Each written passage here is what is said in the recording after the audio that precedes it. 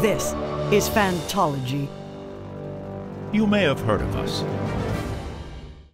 Day 7 had a lot of fireworks and the top spot was hotly contested with a lot of strong performances, but I'm going to go with the Bearer of Agonies, Stone Sinew, the Herald of War, Telenalat Elin. We finally got to see Talon unleashed, albeit slight caveat and negative to this was, man, it would have been cool to see this actually on camera instead of just the aftermath. The aftermath certainly had this like haunting, chilling feeling to it, seeing what Talon is capable of. But I mean, I imagine in future books, and we know we'll get a Talon flashback book later in the next 5. Looking forward to more action on camera, and then we'll also give a caveat to like Ash helped as well, so little asterisk Talon plus Ash. But awesome scene and like so vital to the war effort because Azimir had essentially fallen and all hope was lost except Talon once again held the breach. Number 2, I'm going to go away from the physical action and go with Renarin because of what he's doing in the spiritual realm. He's figured out quite a lot, and while Shallan and Relaine are also there, he's really the one holding things together for our crew and figuring out where they need to go, what's going to be useful, what information they need, getting a little more out of Mishram, although Shallan helps with that as well. And then also critical and huge advancements with his romance with Relaine, much to the joy of Shallan watching in the background. I thought that was a pretty funny scene.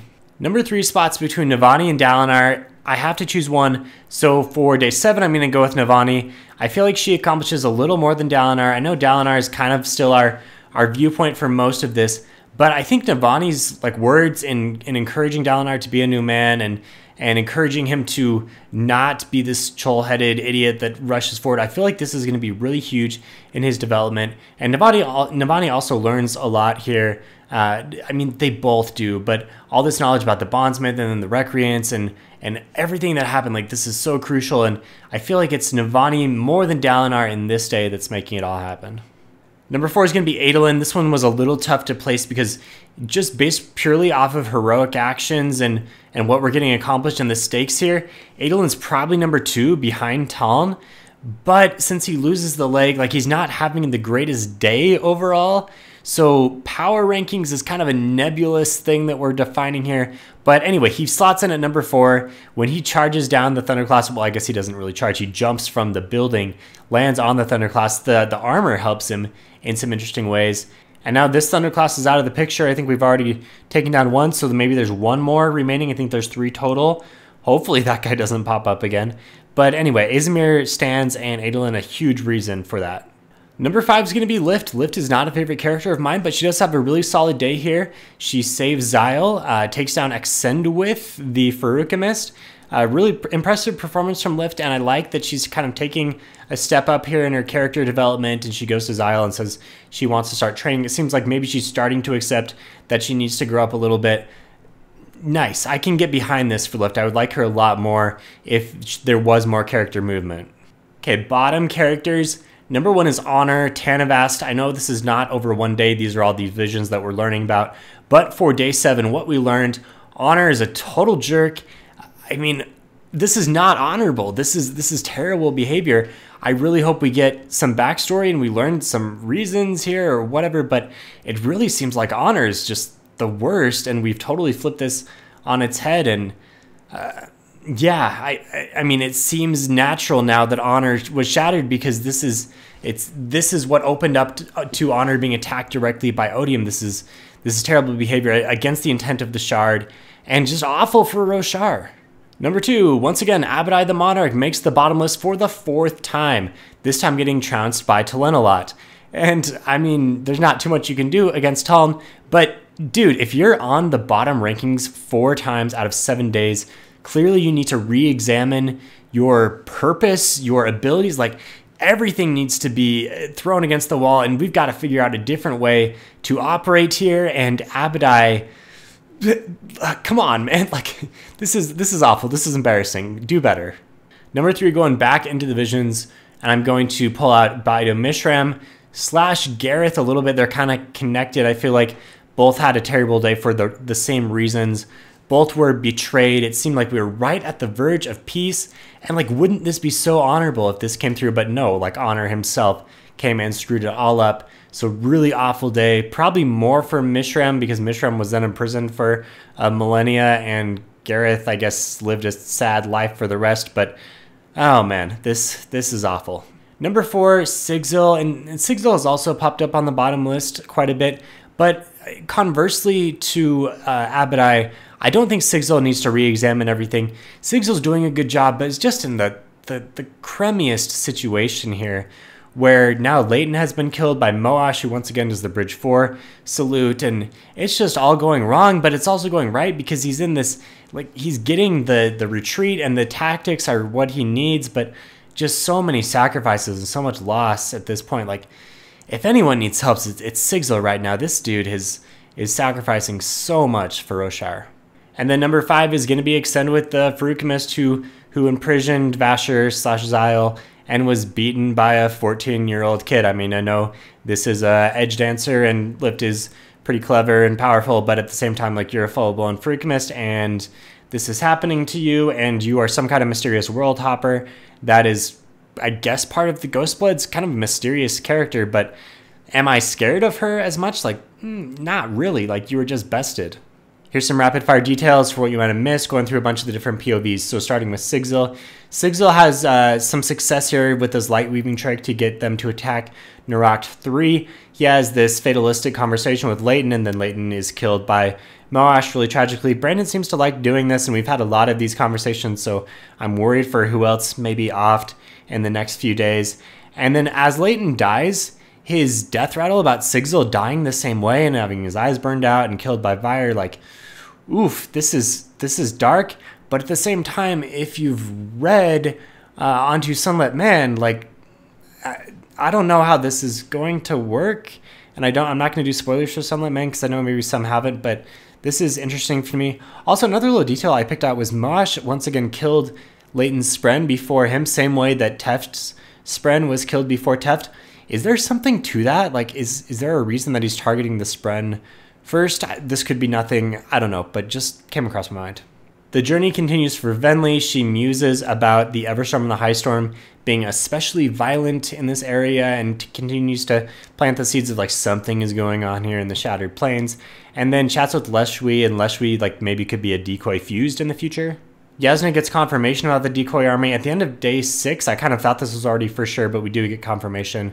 Windrunners go over there, and we see that, okay, indeed. And now we've got to figure it out. However, Fen is kind of caught in this logical fallacy and is worried that maybe there is actually something going on, so we've got to navigate this. But Yasna is, I guess, planning on sending over reinforcements to the Shattered Plains. They're out of Stormlight, though, so it still seems pretty bad. Okay, Shallan, Renarin, and R'lain all live different memories. Shallan of her mother, but she's too afraid to face this, so she changes it. And then Renarin of his childhood when he was being bullied, and Adolin came and saved him. And then R'lain of when he was first sent on the spy mission and no one really cared that he was leaving. Sad face. It seems like each one of these is connected to, is connecting them to Mishram, like capital C connection. And we're going to be able to find her prison this way. They note that Malishi leaves right away after the betrayal and heads straight to the spiritual realm. So I imagine we continue to track the prison and Bido Mishram through here. But at the end, Odium shows up and says, I found the rats here in the walls, and casts them off into darkness. So hopefully we can get things back together. But Renard's done pretty well in the spiritual realm, so I think we'll be okay.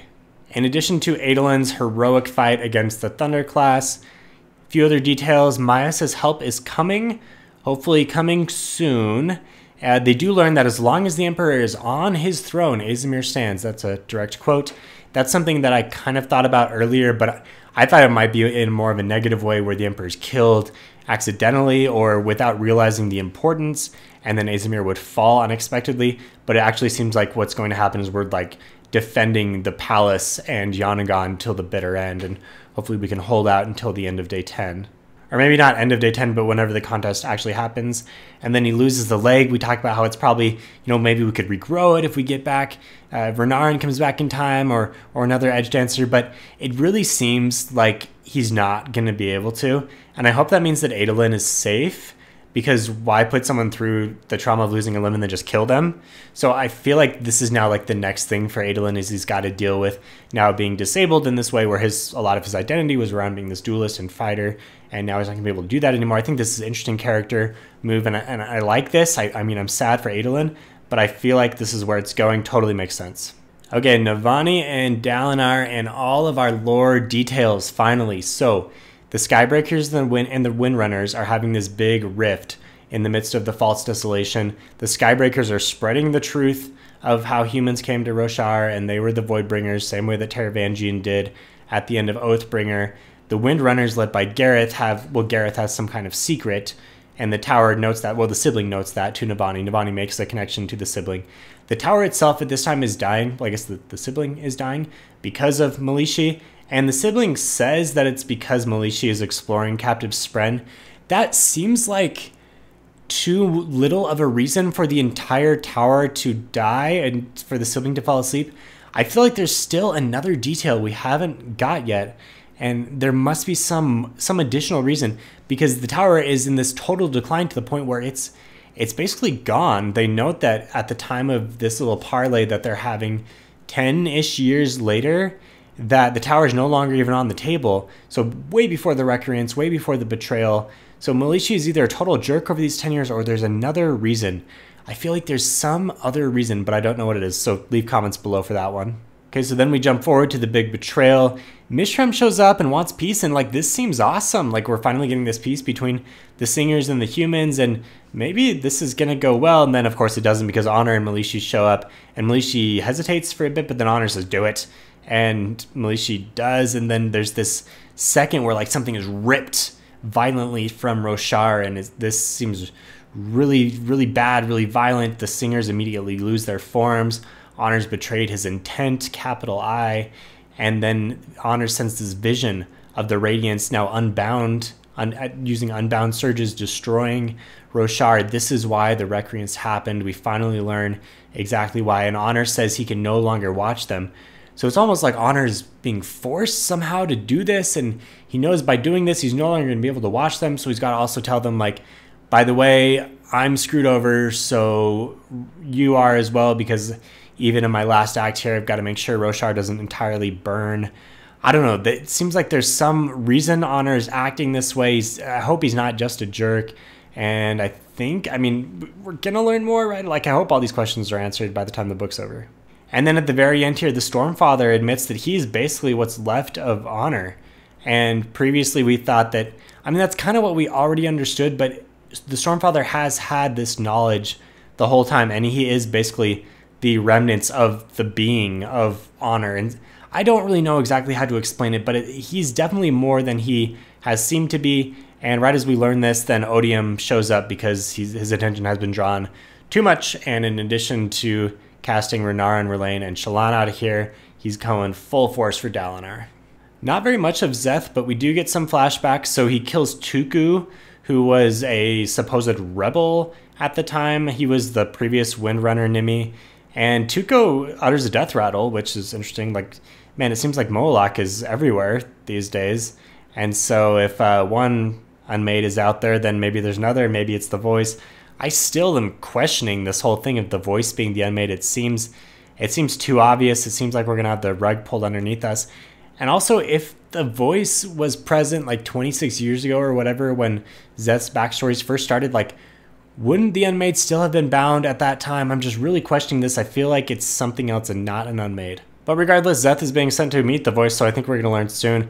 We also learn that Szeth is being used by Posen, and there's this whole, like, kind of cult of the voice or whatever the heck is going on here. Something weird. And then finally, Kaladin. Kaladin is getting better with the flute. He's also getting better making stew. He's getting better talking with Szeth. He tells some stories about difficulties in following the law in his own life, and he's kind of like imitating Wit here a little bit, although he doesn't think he does it very well.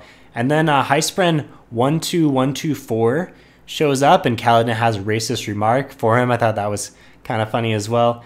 And he mentions some, the Highspren, that is, mentions some dissenters amongst the Highspren.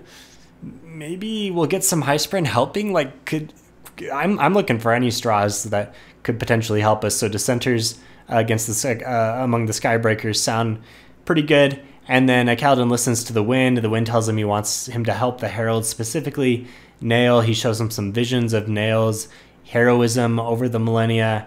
And then we finally see this like river of light of all the Spren in Shinovar watching the action and waiting for whatever conclusion is coming up.